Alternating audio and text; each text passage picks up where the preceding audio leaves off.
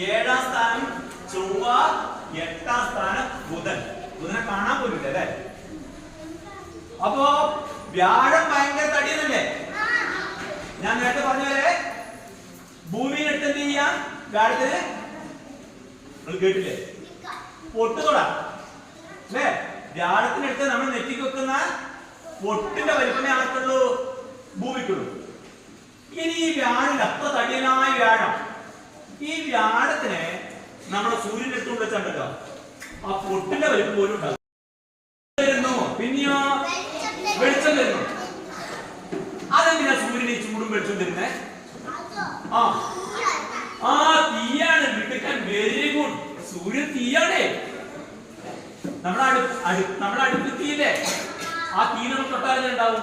നല്ല സുഖം ഉണ്ടാവില്ലേ? കുറച്ച് കത്തുന്ന തീ വെള്ളം വെച്ചാല് എന്ത് രസം. ധ്യാനാല് ഇവിടെ നല്ല വീടത്തിയാണ്. മാഷ് പറഞ്ഞു കേട്ടോ. എന്താ പറഞ്ഞത്? നമ്മുടെ വിരല് കുറച്ചു നേരം തീര് വെക്കുക. ശ്രീശാന്തെ കുറച്ചു നേരം വെച്ചാൽ മതി. 5 മിനിറ്റ് വെക്കാൻ പറ്റുമോ? 1 മിനിറ്റ് പോലും വെക്കാൻ പറ്റില്ല അല്ലേ? അത് വെന്തു പോകും.